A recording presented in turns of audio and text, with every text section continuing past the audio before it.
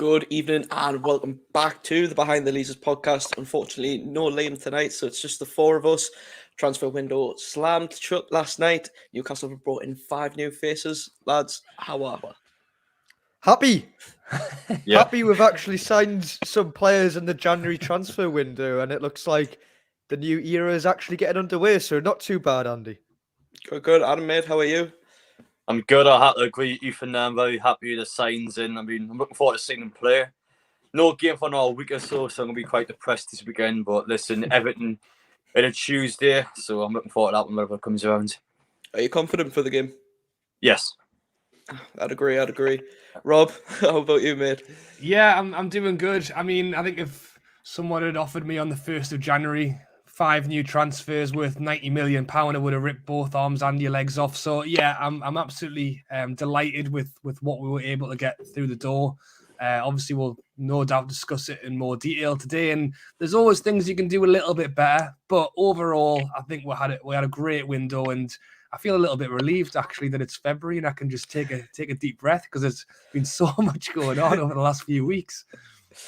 It's going to be interesting to see how the Twitter feed looks now for the next few months without the in the know accounts linking us to just about every player going.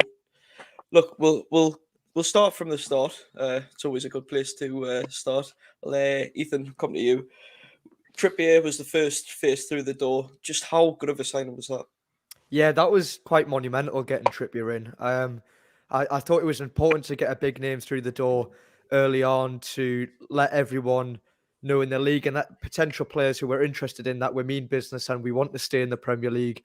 And by getting someone like Kieran Trippier in who just won the Liga, is vastly experienced at the Premier League and obviously the Spanish First Division. I thought it was huge because a team who's 19th in the Premier League, or we were at that moment, shouldn't be getting players like Trippier in.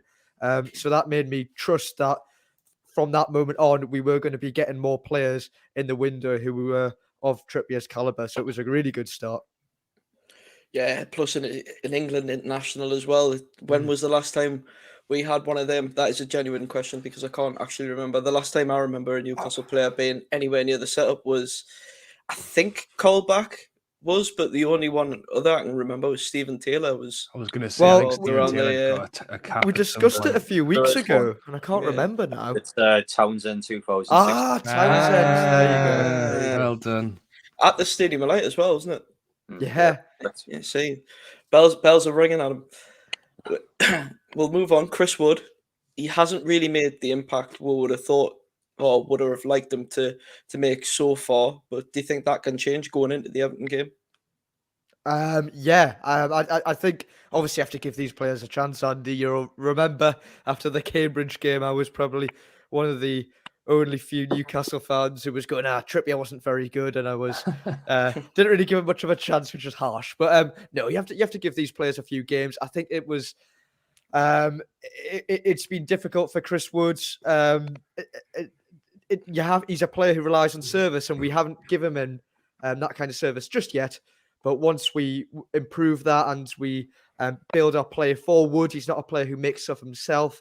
We need to give him the ball in dangerous positions, and then Chris Wood will score goals, as he's proven for Burnley in the past. So I'm not too nervous about that one. Adam, do you agree with Ethan? Do you think Chris Wood can start making an impact sometime soon? Yeah, well, again, he has to settle in first. The Watford game, I mean, he's had one training session for that match. I don't think he was 100% match fit, really. The Leeds match, he never really looked like scoring, but I thought his hold-up play, especially with the wingers, is quite good. And again, we got a result from the game. We got a 1-0 win. So even if we didn't have an awful impact in the game, then again, we still got a win. So that's the most important part from that game. Now, though, with obviously Everton, Aston Villa coming up at home, West Ham away as well. They're the tougher games, and they're the ones that are going to test the new signings coming in for Chris Wood. It'll be a huge opportunity for him. Again, Callum Wilson started for about a month or so they're going to have to rely on him for quite a while. I know fans are a little disappointed we didn't say him now a striker, but still, I'm happy the deals are brought in. I know at some point Chris would have surely get his first goal. Rob, do you think the transfers that we've got, do you think it guarantees survival now? Or are you still worried? I don't think anything's guaranteed in football. I think that we lost against Cambridge, not too long ago. I mean, people would have bet their houses on probably winning that game, but Newcastle always like to define the odds and do the opposite. I think it was a good window. Again, talking about Chris Wood, I think that if I had to give it a rating, I'll come in early. If I had to give a rating on the window, I think I would give it like a solid 8. I think to jump into that 9.5 would have been that more attacking flair player. And we'll come on to all of the signings in a moment, but again, just mention like Trippier and obviously the defensive signings. That will shore us up at the back, which is great. But again, we've just mentioned Chris Wood struggles for service as it is. So it depends on how we start to play our football, maybe with the wing backs slightly trying to cross the ball in a little bit more. Who knows?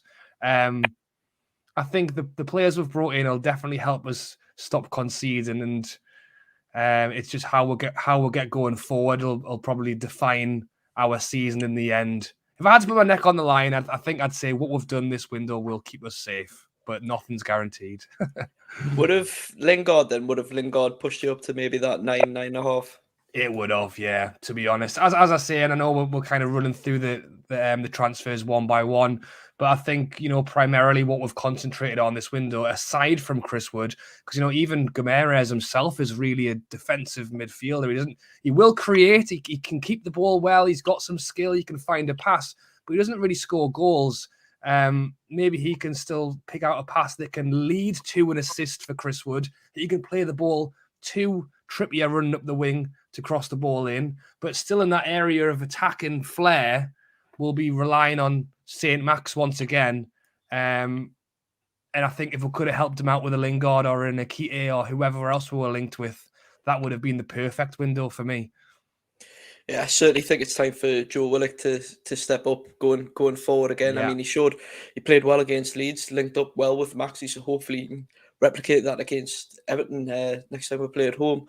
Ethan, Bruno, do you think he can finally fill that hole Newcastle's had, the massive gaping hole, really, since Kabai's left, in someone that you can rely on week in, week out in the centre of the park? Do you think Bruno can be that for the club? Absolutely, Andy. First of all, if you don't mind, if I just comment on what Rob was saying about of course, possibly bringing Lingard, but definitely going to get on Bruno because I think he's the standout signing that we've made. But just going on about Lingard, I really agree. Maybe my rating for this window so far would probably be like a 7, I would say. So it's slightly below Rob. But if we got Lingard in, that would really push it up to a 9 for me. And the reason is, like Rob said, St. Maximin is the guy making all the chances at the minute, and if we did bring in Lingard, I'd assume he'd be on the other flank. So I've done a little bit of a comparison here, and sadly I can't put it up on the screen, but I've made a graph comparing Jesse Lingard's West Ham season and Ryan Fraser's season so far. So both have played. So Lingard in that season played 16 matches. Fraser's made 16 appearances as well this season so far. Lingard's got 9 goals and 5 assists in that season. So far, Fraser's got none this year. Chances created in that year, Lingard was at West Ham. He created 18 chances. So far, Fraser's only created 8. These are astonishing stats, Andy. And it just makes me think, if we did have Lingard in on that side, and then obviously St. Maximin's probably Newcastle's most creative midfielder at the minute on the other, the goals would just be coming so much more often. So yeah, I think it's a big shame that we've missed out on him, but that's going to not knock my happiness for getting Bruno Gomes in, if that's how you pronounce it. And yes, I do think he is maybe the answer to Johan Cabaye that we've not answered for so many years now. Cabaye is my favourite Newcastle player in the last decade. I'm so glad that we've managed to get a player like Gomes in to replace him. Obviously, not like other podcasts out there. I can't say, I'm not going to put myself in a hole by saying that I've seen a lot of him because I haven't, but I can go off what other people have said. And apparently this is a top class midfielder who is brilliant at defending. And at the moment, Andy, and how the season's gone so far, Longstaff and Shelvey and whoever else you'll have in there, maybe a Hayden, that midfield's been ran ragged. And if you can have a player who can cover the miles and the distance in there and like Rob said, create a bit as well. It's going to be so important. So yes, sorry that was a very long answer because I had to get my say about Lingard in there. But yeah, I'm happy about Gimenez as well. Adam, what did it mean to you as a Newcastle fan, seeing that Bruno had knocked back Juventus and Arsenal to join us? Well, it's huge intent again. It was quite similar to Trippier. I know it wasn't any clubs going in for him, but it's just the fact of getting these sort of players and just gave me the confidence. Bruno was a huge one, though. Again, there was so many different clubs. You'd see him mocking Arsenal in his announcement video when it came out, so they were definitely one that was trying to get him. It's just huge to get him in. I remember a few years ago, I think it was like 2018, it was Shelby and Hayden, those two in the middle, which just played really well together. I feel like now Bruno's that sort of defensive midfield and Shelby alongside, as well as Jordan now. I just feel like those three in the midfield, oh my word, it could be, I think it'll be seriously exciting to watch and definitely compare to the likes of Longstaff, Hendrick and all those players. I think Bruno's a slight upgrade, you could say. But yeah, I'm looking forward to watching him play. Again, obviously, I went and got his shirt 3 days before he signed, so I'm definitely very happy he signed in the end. It was a huge one to get done. I'm looking forward to watching him play, and yes, I also do think he is the answer to Kabay. What would you give the window if you were going to give it a rating? Well, I did a video on it actually, and I said 9 out of 10 in the video, so I'm going to stick by it now. Obviously, a lot higher than what people have said here. The reason why I give it such a high rating is because the likes of Lingard, for example, that's out of Newcastle's control. The club is outright refusing to let him go. I mean, we can't really do anything about that. Yes, I do think we need more signs. I said at the start we needed a minimum of 6, but we only got 5 in the end. But I'm still really happy with the signs we got done. I feel like the owners have done what they could. At this moment in time, Newcastle was still a team in the bottom 3. We've got 14 years of stagnation we've got to try and rebuild from. So I feel like we've done what we can. I think some people's expectations at the minute are probably a little too high. But I feel like in the summer, the likes of Botman and Lingard, definitely a high possibility of getting those in. Rob, we missed out on a couple, Botman, Carlos, Etiquette. Out of those 3, who would you most like to see potentially come in this summer? I think of the 3, I would still probably run with Botman. I think I just think the age is on his side slightly more than Carlos, and I think Etiquette is a very exciting young talent. And I know I've literally just said 2 seconds ago that we need a young and exciting talent going forward on the pitch.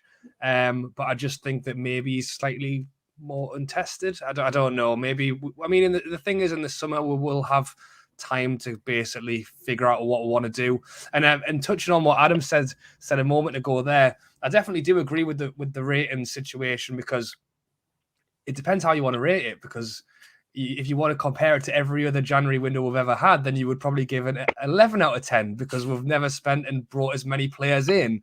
But just trying to kind of cover all bases, I think the only reason the rating drops slightly is just because of that forward position. But again, once we move into the summer, and again, really what we've done in this window, hopefully, is keep us in the Premier League. We've not really bought, or at least I don't feel like we've bought to go and try and finish top 10 or win the league or whatever anyone wants to say. Really, we've bought to finish 17th. Gimenez is a little bit of exciting, exotic player, but otherwise, Dan Burn, Target, Trippier's a little bit more exciting, but really we've just brought in players who know the Premier League and will hopefully just instantly improve us.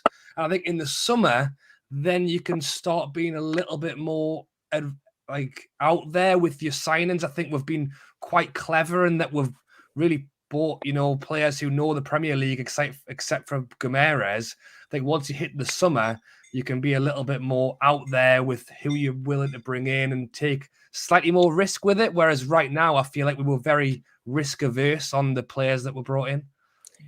Ethan, Rob mentioned Etiquette. Yeah. Were you surprised that we went back in for him on deadline day? I was quite surprised that at first we were even linked with him, because I thought he wasn't the kind of player we would be looking at this window. I thought he'd be more of a player to, right, let's get Premier League status secured and then we can start looking at these foreign young talents. Would you agree? Were you surprised? I think I was surprised, Andy. You were surprised, and the player was surprised. That's why the player decided not to join the club on deadline day. I think for him personally, as a he's a 19-year-old lad. He expected this deal to probably be dead last week when Newcastle seemingly stopped trying to pursue him. And then we basically said, right, you've got a few hours to decide. Are you going to move over to a different country, not your first language, and do you want to dive into it all? And he went, oh, hang on a minute. Maybe not. Maybe I need a little bit more time to think about this, which I completely understand for him. But from like a Newcastle transfer perspective, in terms of was he a player we needed, I really felt like having a quick, agile striker who can get in behind would have offered us something different, and I think it would have been a good move. I've seen the odd YouTube clip. I can't say I've seen much more of Bruno Guimaraes, and he seems to be very good at slipping the ball in behind and having that runner, that forward man, go in behind and catch that ball and try and score after that. I don't think Chris Wood is that kind of forward. So it would have been nice to have something a little bit different. But again, yes, young forward, could have he hit it straight away? Like Rob said, we've signed these Premier League players like Burn, Target, Chris Wood, because they're going to hit the ground running. Would have he hit the ground running? He's less likely to than all the other guys. So it was an interesting one, but I really would have liked to have had that other forward option over the line. Yeah, I think it's going to be interesting to see how we line up against Everton. I think we might move into sort of like a three-step midfield, have Guimaraes, Shelby, and then Joe Linton. I think we might see Maxi start playing more as an inverted winger rather than keeping outside and then cutting in. I think he'll be very much on the inside quite a lot because, as you said, Guimaraes likes to slip these balls over the top. Who better to bring them down and knock them on than Chris Wood, which he was showing he could do against Leeds. Adam, for you in that game against Everton, do you think the new signings, do you think they all come straight into the picture straight away? Yes. Bruno is a bit of a tricky one though, because obviously he's in an international break now. He's not going to turn up in Newcastle till about Friday, so I'll be quite intrigued to see what happens to him if he gets the full 90 or not. In terms of the rest of them, I think all of them will start. I think fullback wise, they've got no options really. Centre half, so you imagine Dan Burn probably going because again the South is injured, so there's no one else there really. Chris Wood is obviously the only striker, so Bruno is the only one I probably got question marks around. But again, with his ability and his talent, you probably expect him to start. We'll just see how things get on. No, again, he's got another game this week, so obviously fingers crossed to get injured or anything, because that'd be Newcastle's luck, wouldn't it? So we keep an eye on it, but. Yes, I expect them all to start, but again, with Bruno, it's got to double check him first. Sorry, mate, I was just touching every bit of wood I could possibly get my hands on. We do not want Bruno getting injured, and hopefully the Brazil coach will play fair with us and not give him too many minutes. We'll talk about the outgoings we had last night. Jeff Hendrick to QPR. Kieran Clark was a maybe to Middlesbrough, but it seems he knocked that move back himself. Elliot Anderson's went to Bristol Rovers. And Rob, were you surprised to see Matty Longstaff go out on loan again and to Mansfield as well?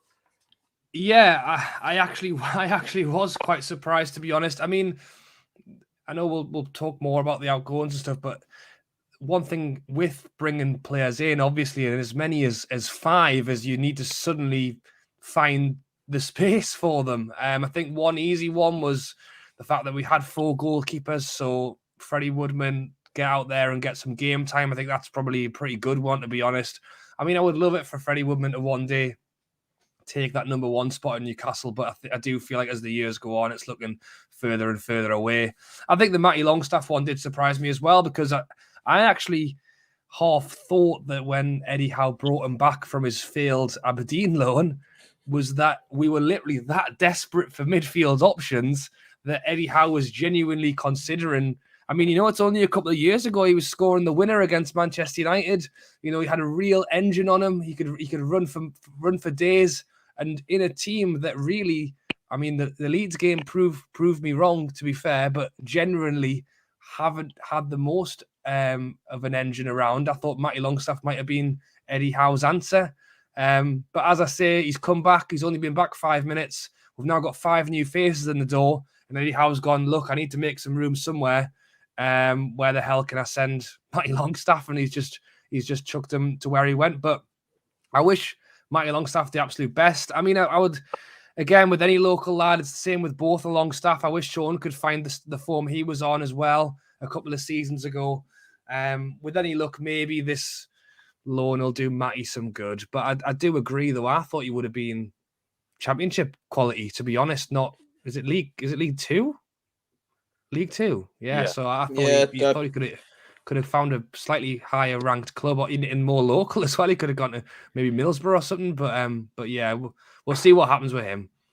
I'd agree. Ethan, would you say you were surprised as well to see him drop down at that level? Because I was surprised to see Elliot Anderson go to that level as well. My worry with Elliot Anderson is that he's going to come back quite an overly aggressive player with who he's been coached under at Bristol Rovers. Oh, Joey Barton, is it? Yeah. I suppose a little bit of aggression isn't bad, Andy, but with the Matty Longstaff scenario, it's a bit like Newcastle's version of Donny van der Beek and Manchester United, I guess, how Matty Longstaff's not getting in there, obviously on a smaller scale because we are Newcastle in this situation.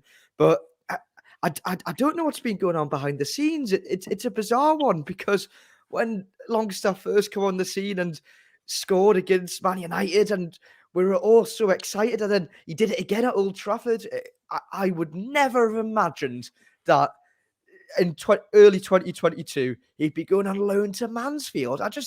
It's baffling. But like I said with the Van der Beek situation, it's so similar because the coaches behind the scenes will know what's going on. Maybe he's not performing. He's definitely not performing to the standard they know that he can do.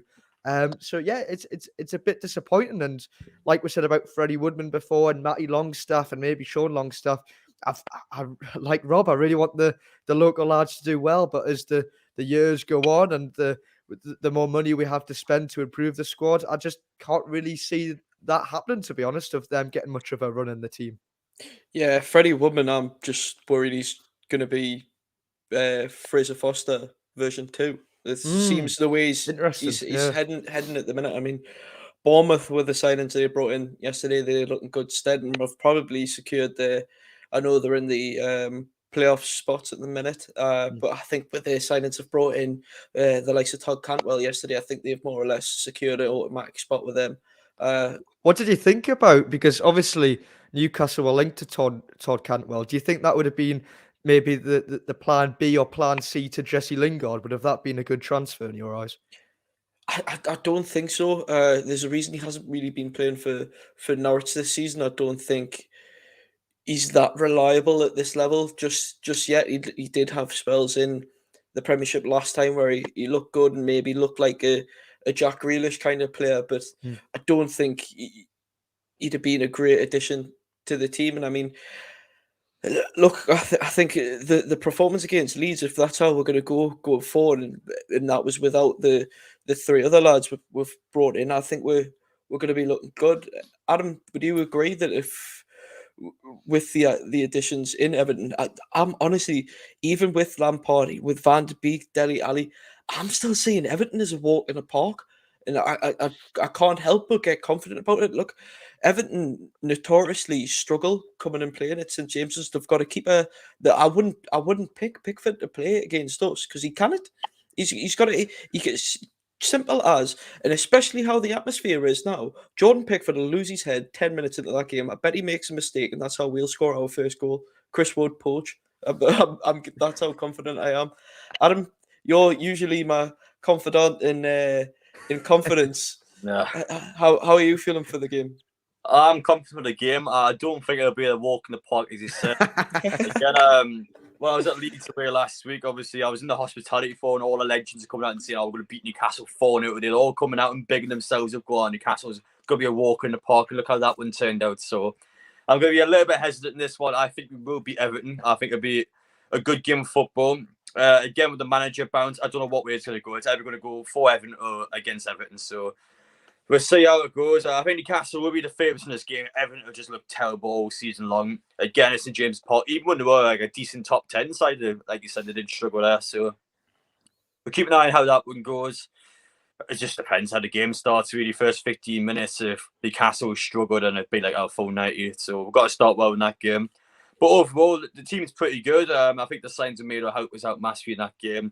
We just got to hope Everton don't start creeping back up the table at this point. After the Newcastle game, maybe, but not for that one. Because again, Villa afterwards, I think it'll be a much harder game. Yeah, Rob, Everton, if we beat them, we go a point behind them with them to play again.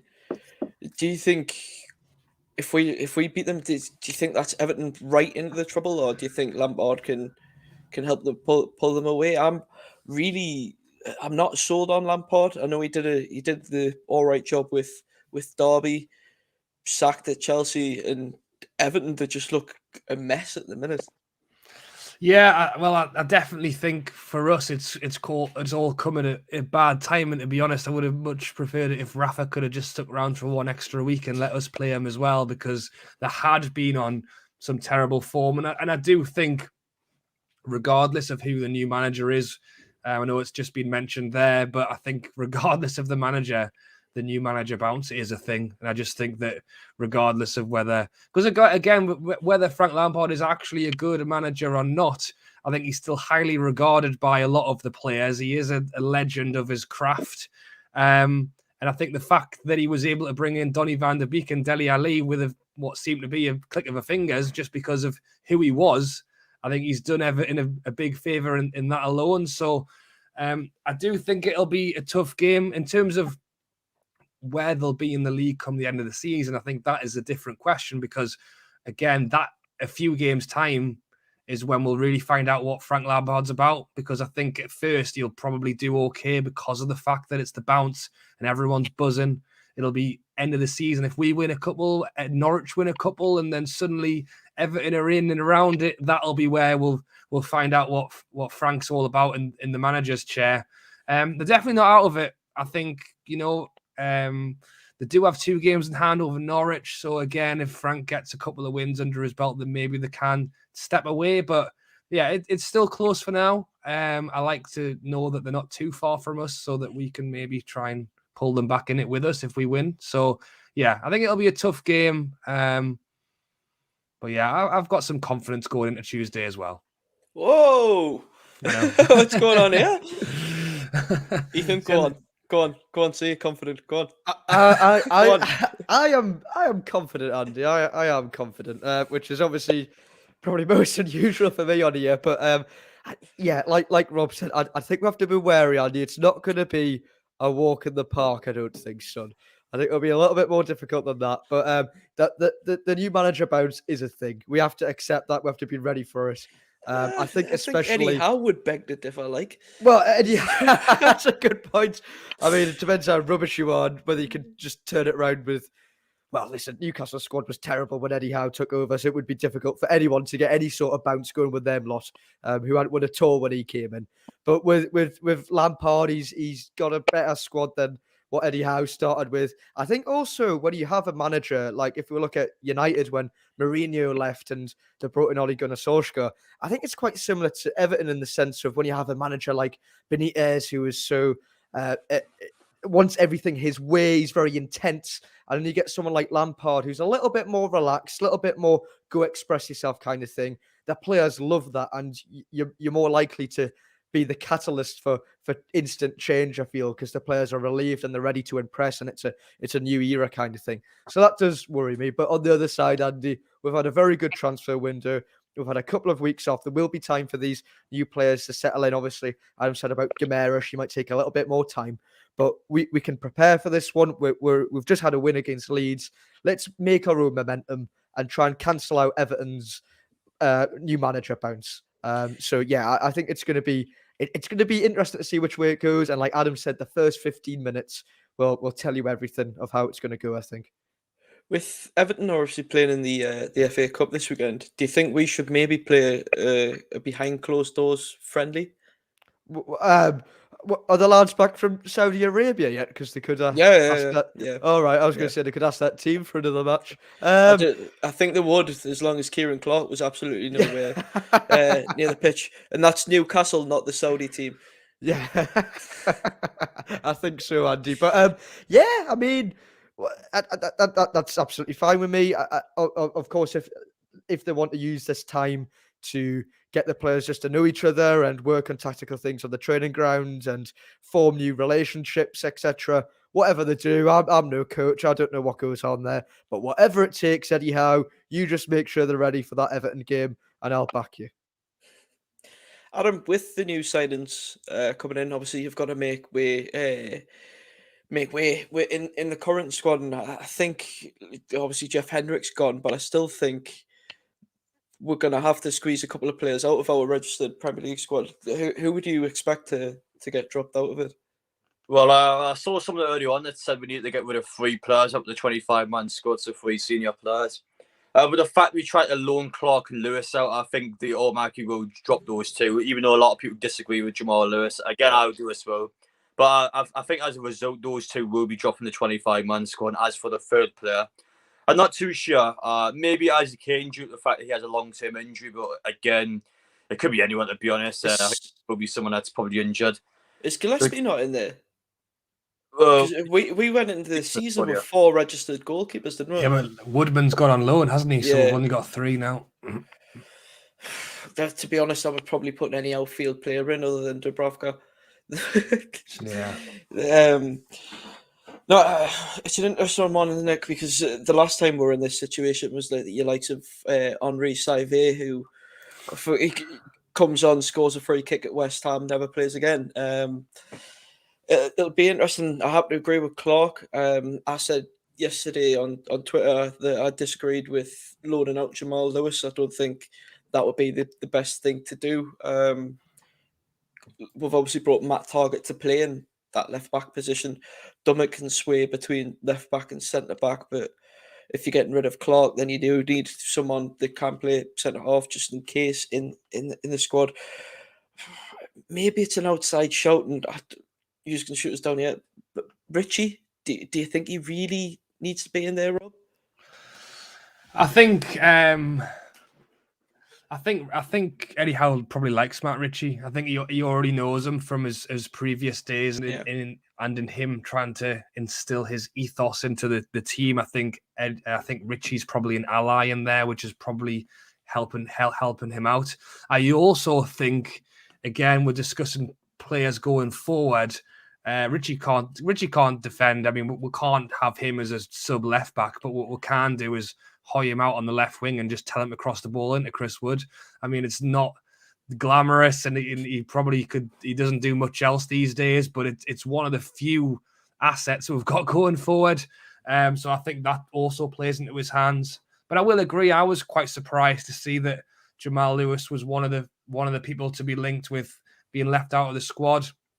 But again, I just think, as you've said there, I mean, Dummett. The thing is, Dummett's injury prone, but you are right. You can play centre back, and then, we can play Mankey over there technically.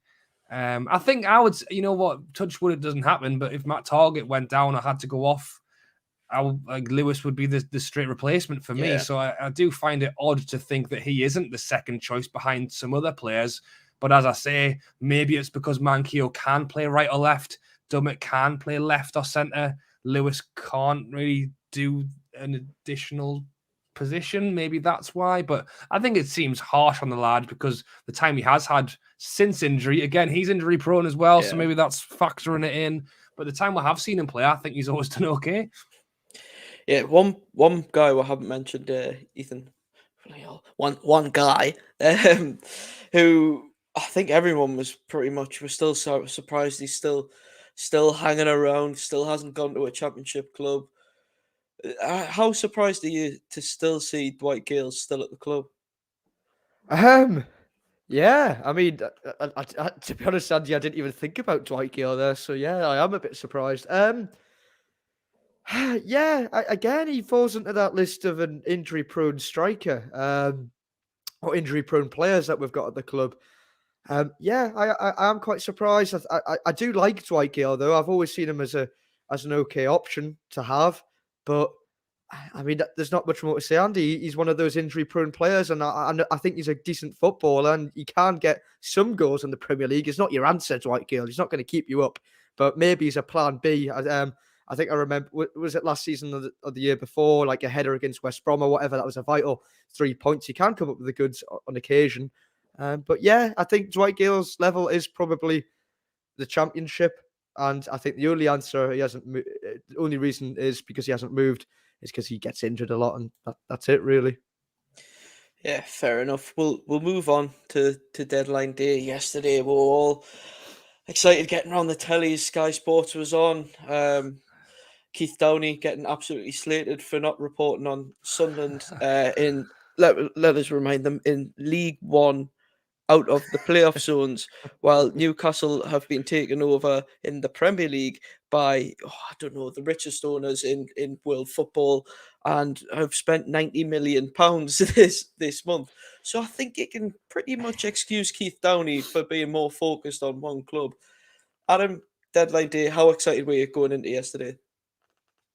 Well, I was very excited to see when I woke up in the morning about 9 o'clock. The first thing I saw was Matt Target. I think it was Dan Burn actually came out first and he's agreed to come up to Newcastle. So I was excited about that one. I had my bed here. I was getting the video up straight away. Then I saw more news that it was Matt Target. And then in Ketia, I was just thinking, what's Ketia? Sorry, I was just thinking, what's going on? There's 3 signs coming in already. And as they progress, I just get more and more greedy. I guess I was just thinking, Lingard next. I want this guy next. I want all these players coming in. So I guess just like everyone Newcastle fan got carried away in the end. It was just the 2 signings. Of course, the league on strike. I didn't want to come, and it was just kind of a deflation. Really realising that Lingard isn't going to be moved for Manchester United, and I think overall in the window I was happy, but the fact that deadline day you see all these big names pop up. I think fans were disappointed how things ended, but again, I'm sure when we reflect about it now, within like a week's time or something, I'm sure I will be quite happy with that window. But woke up happy and went to bed slightly less happy, I suppose. So I was a little bit disappointed, but it's how the cookie crumbles sometimes. It's amazing as well how the domino effect works within this January transfer window, because it seems the moves will only happen sometimes when a certain player's gone, but then another player gets moved on, and it just seems to be an endless chain of transfers. Obviously, Digne went to Villa, which meant Target came up and available. Rob, were you happy with Matt Target? I think it's a bit of a we'll see how he gets on kind of signing. Yeah, I'm happy with Matt Target. I know we've just kind of listed off through the left backs a moment ago on the fact that we do have options there. I think the options felt less. I think Dummett coming back in has looked solid. I know. I think Dummett splits the population of Newcastle fans, to be fair, because I think he's had a lot of grief, but I think he's had a lot of praise as well. I think he's not going to do anything special, but he will kick the ball out when he needs to, and he knows. Again, we've been trying to play Matt Ritchie there. The bloke can't defend, so to have someone who can defend just shows. I think again, going back to how are we creating these chances for Chris Wood when we don't, other than St. Max hopefully having a good game because he can blow a bit of hot and cold. I'm thinking, we're going to be a little bit more out there with our fullbacks, Trippier, and then Paul Dummett's not going to do it. Let's bring in Target and let's see him run up that wing, naturally left-footed, start crossing these balls over. So I like the Target one. I think the fact that he's alone as well, and we've not actually spent any money on it. So if he isn't any good, then we can send him back in a month's time, So we've really, I think it's a smart move. I think a lot of what we've done this window has just been clever signings. I think the thing that surprised me most with the Target signing is it's just a straight loan deal. There's no obligation or option to buy in there. Ethan, we had a bit of a back and forth about a certain Dan Burns announcement video yesterday. How happy are you to see Dan Burn finally come home to Newcastle? Yeah, well, obviously, correct announcement video music was "Burn, Baby, Burn." I mean, it couldn't have been anything else. But yeah, I've always liked Dan Burn, bizarrely. I've always I enjoyed watching Dan Burn. I've always thought I'd like a bit of him for Newcastle. I didn't know he was a Geordie, but I just think a big old fashioned centre half who can get in there and clobber it. And he's quite good with his feet as well, Andy. He can bring the ball forward. He's played left back quite a lot. And he can definitely carry the ball. I think it's a decent signing. Obviously, I would have been delighted if we got a Sven Botman in or a Carlos. These were obviously the first 2 choices and big money options for reasons. But Dan Burn isn't a bad choice, and I'm glad we've managed to get a centre half in. If we didn't, my rating of this transfer window would have plummeted from my 7 before to like maybe a 4 perhaps. So yes, it's a decent signing, and I don't think he's an unbelievable centre half. I think he's perhaps Brighton's second or third choice. He tends to rotate, but he's definitely an upgrade and a good option to what we've got at the minute. Yeah, he's been what we've been crying out for, really, innit? I Mm. mean, you started the day as that Newcastle now own both the tallest and smallest player in the Premier League. So there you go. Yeah, well before we sign off for the night, we'll go around. The January window has just finished, but Adam, who's your number one target for the summer? I would have to say Botman. I think we need that top level half.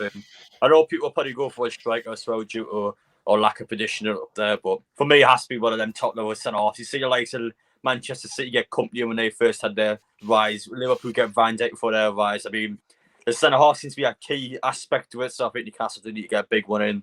I prefer Botman out of the two. I think Carlos is a bit error-prone at times as well. His age isn't the greatest compared to Botman, so he's the one I prefer out of the two. But again, I'd take either of them, to be honest. I'm not going to be greedy. Rob, who's your number one target, mate? It's really tough because again, as I say, I think the one thing we could have maybe done with this window, like again, not to say that it would never a fantastic window, but again, if I was going to ask for even more, which is probably already too much, would have been that more attacking player. But as I say, I think when we get to the window and we've got a little bit more time, I think that defensively it is a big thing. So I will be tempted by the Botman as well. But just to say something slightly different so that we can have a bit of a round robin, I think I know someone like Dembele or something like that. Again, I think the summer will be where they kind of go out and can be more extravagant with what they want to do. As I say, I think although this window we did bring in Gomes, which was that like European statement, I think come the summer where they can really get the checkbook out and go for whoever they want, I think we could see just a bit more flashy kind of player. So, and I think that's what I think we could do with it as well. As we say, we've got Saint Max on one wing. Let's get someone else on the other as well. Let's say if it got to before May, Rob, and it looked like we were safe, do you think we could see some pre-contract deals being made, pre-window signings? Do you think that could be a potential thing we could see happen? Very possibly. I mean, it's exciting, isn't it? I mean, this is the thing with the January as well. You know, we went into the January window and we were already talking. I mean, I feel like from the moment we got taken over, you know, the 2 months before it was even the January window, we're already talking about who can we see come through the door. And I do feel like something quite similar could happen this season.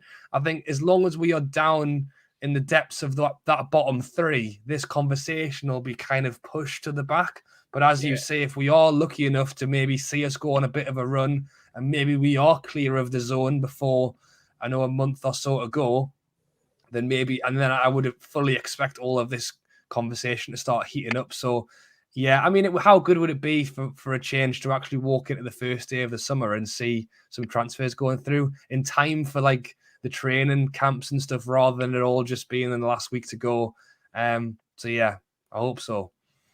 Yeah, we've got some summer coming if we do stay up. I think it'll be absolutely amazing. Ethan, for you, who's your top target, mate? Well, again, like you just said, Andy, depends what division we're in and who we can get. I was going to say, like Rob and Adam, Botman, but then Rob changed his answer not to be boring. So I'm probably going to have to do the same thing. How about? I do quite like Jesse Lingard, Andy. I would like to bring in Lingard. I think it's gonna take a lot to tempt him. I think he's got his heart set on a London club by the sounds of it. Yeah, well, understood. Maybe we're Which not his first choice. He's been at West Ham. They loved him at West Ham. He's made relationships with the players there, so they're probably the favourites, and I get that. But we've got the money, so why not just give him a big paycheck and then bring him along? Because I really do rate Jesse Lingard, and I think he's the answer for creating the goals that we're not scoring at the minute, and that would make Newcastle a much better team if we brought him in. But I also go back to my true answer, which I think Botman would be good because building from the back, like Adam said, seems to be the sensible thing to do. I think everyone's got the same sort of opinion that Botman would be our version of Company. The one thing that terrifies me with Lingard is he would turn us down for West Ham and then Gabby Lahore for the foreseeable not shutting up. I mean, it's been great seeing all the. I know it was great that Bruno turned down Arsenal, but the whole jokes of I was amazed that he didn't go to Brentford for 30k a week. Look, we'll leave it there before I go on a rant He about talks Gabby nonsense, Andy. Lahore. That's all He you need does, to know. he Don't does, get he too does, angry. he does, he does. But I think as long as we've got the money and the picture of the bridges, I think we'll be able to sign whoever we want in the summer. So That's we'll the leave it answer, there. isn't it? It is. It's the bridges. We'll leave it there for tonight, lads. Thanks for joining us as always, and we'll be back next weekend to give a bit of a more in-depth preview of the Everton game. So see you then. Bye. See you then.